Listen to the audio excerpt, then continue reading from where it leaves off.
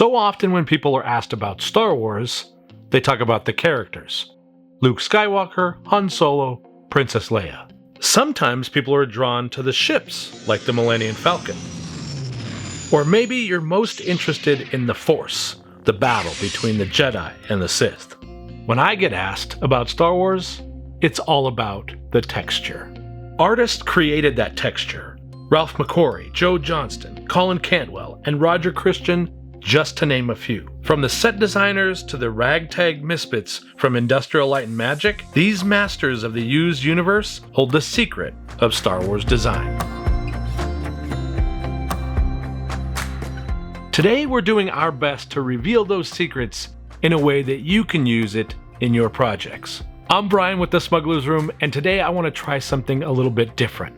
I want to see if I can answer the questions that have been sent to us around the process we use to design our projects that have that Star Wars design.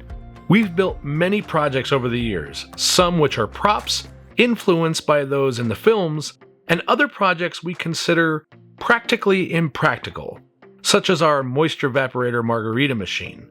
Because let's face it, who doesn't want to drink a margarita made by a Star Wars machine? In my opinion, the number one thing needed to pull off a project that looks like it's in-universe is to start with research. I pore over reference on the internet and books constantly. I take notes on anything I feel that is singularly Star Wars, but we'll get to that. Whether you're looking at books or find yourselves in the depths of the internet consuming images, you will no doubt find elements of design that resonate with you as belonging to a galaxy far, far away. Let me give you an example to start with. Control panels. If you look at a control panel from the Star Wars films and compare them to other sci-fi films, there are several things that identify them as truly Star Wars. First, pinstriping. By Jawas and sunny Tatooine suns, there is nothing more iconic, in my opinion, than pinstriping. It's the simple frame around the elements of a control panel you see in nearly every film. We've done it on many of our projects. With very little else, it will give your project immediate recognition as belonging to the Star Wars universe. There are two techniques that I use to achieve this look. The first is simple pinstripe tape that you can get from the auto parts store. It has an adhesive on the back, and you can apply it to the surface of your project and get great results. The second has been using our laser cutter to score the protective paper on the exterior of the acrylic and then peel that away like a mask for the paint lines. Either technique will give you the look you need to pull off the project. Next on this list of design elements is the 1" by 1" tiles. Now I can't tell you 100% if that's the exact measurement, but the size is less important than the look these little squares give you. These squares are everywhere in Star Wars. You see them in the Millennium Falcon cockpit, control panels on the Death Star, and countless other locations. They're found in random numbers, often with one or more offset from each other, having 2 or 3 vertical and 1 off to the side, while being bordered by the pinstriping is just another checkbox you can put next to your design score sheet. The number 3 on this list is a must-have, and it's Greeblies.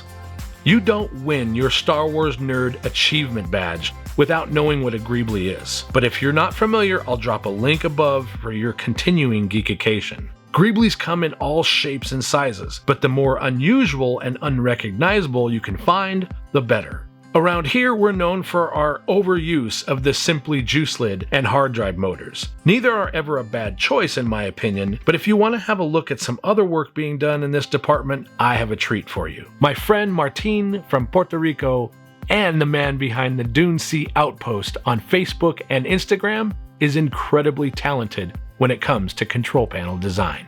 I have been enjoying so many of Martin's custom panels that he's been building and sharing in the Star Wars Room Builders group. You can see in so many scenarios that he's combined pinstriping, square illuminated tiles, and random greeblies to create a huge variety of panels. When asked where he gets those unique greebly bits, I've often seen him reply that he finds them on eBay, which is a treasure trove of what others consider junk and we consider gold. I want to thank Martin for his willingness to share his work with us and all of you. Be sure to follow the Dune Sea Outpost both on Instagram and Facebook. Okay, so that's one aspect of the secrets of Star Wars design that you can use, but there are others. The creation of the used universe and the techniques created by designers like Roger Christian have given us options to build things that look complicated, but they're simply trash. Okay, to be fair, I don't mean trash, I mean random bits, usually from leftover things like jet engines and whatnot that were taken apart and reassembled to make it look like it's more complicated than it was. Don't believe me? Let's take the Millennium Falcon. When I say to you the Millennium Falcon, what do you think of? Probably the cockpit, hunk of junk, or even the Kessel Run in less than 12 parsecs. But maybe for some of you, it's the interior and perhaps that iconic Falcon bench. The lounge area of Han Solo and Chewbacca's ship might be one of the most iconic spaces in all of science fiction. It's certainly the one space that I personally love the most. I had to have this in my room, and yet I had a singularly large problem. I didn't have the space for it. The beauty is, you don't have to. We can take elements of the bench and reimagine it to fit our needs.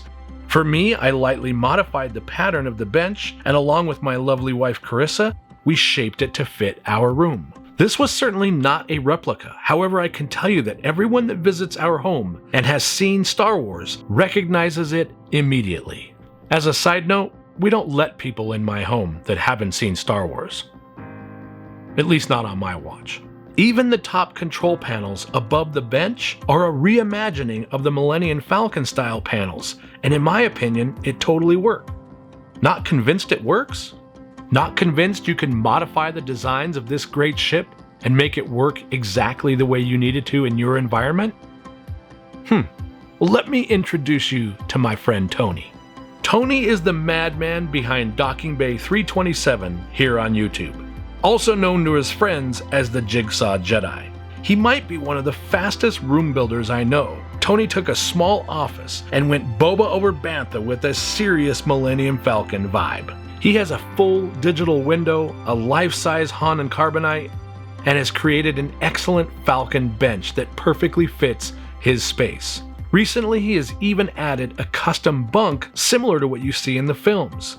The look of Tony's bench is absolutely recognizable for what it is, and yet it's still custom. I love all the details he's included and has given me so many ideas for my own room build, and that's certainly what the Star Wars Room Builders group has been all about. Again, a big thanks to Tony. You can check out all of his work by looking him up at Docking Bay 327 on YouTube. So we've covered two distinct areas of design for the secrets of Star Wars design, but there's still one more I want to touch on. Ralph McQuarrie could and should be recognized as the creator of the Star Wars look. He was, after all, commissioned by George Lucas himself to give the awesome grandeur of Lucas's vision. Arguably the key to helping Lucas get the initial Star Wars film the financial support it needed to get made.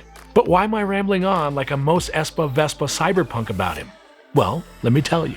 You see, Mr. McQuarrie is responsible for the lines behind Star Wars. Confused? I'll explain more. Have you ever noticed the shapes and designs of the interior of the Death Star? Look through them. You'll see certain repeating patterns, especially the iconic oval. Here, here, and even here.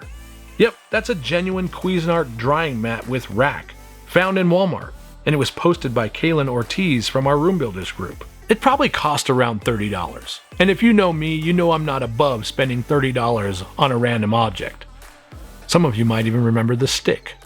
The point I'm making here is that there are certain shapes that Ralph McQuarrie created that others have taken and worked from to create what's unmistakably Star Wars. Most often, these were seen in the hallways of the Empire. I'm not one that builds Imperial very often, but I can certainly appreciate the cleanliness and the linearity of the lines and design.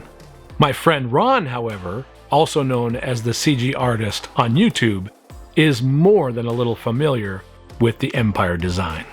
Ron has single-handedly taken inspiration from McQuarrie's clean lines and created an incredible home theater in that style. He took the repeating patterns and the clean profiles to create a space that is uniquely his, while making no mistake that you are watching a film surrounded by the influence of the Empire. There are automatic doors, and even currently in progress, a hallway that could give you the impression you're on a vast Imperial vessel charging your way through the galaxy in search of no-good rebels that are only there interested in running through your ship with mud on their boots to ruin your highly reflective floors. A big thank you to Ron from the CG-Rtist on YouTube for sharing his amazing space with us. You see, there are many ways to take influence of the secrets of Star Wars design and make them your own.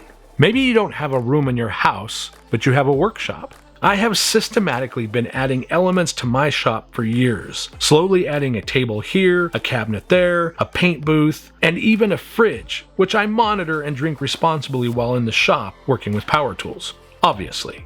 In all seriousness though, I find these small influences in my workspace to help while I'm creating all the nonsense that so many of us enjoy. In the end, my friends, I hope you found value in this episode, as I find new inspiration from the friends I've shared with you today, as well as revisiting those incredible pioneers from the past. I hope you too are inspired and you'll do a little research to help utilize some of those secrets of Star Wars design.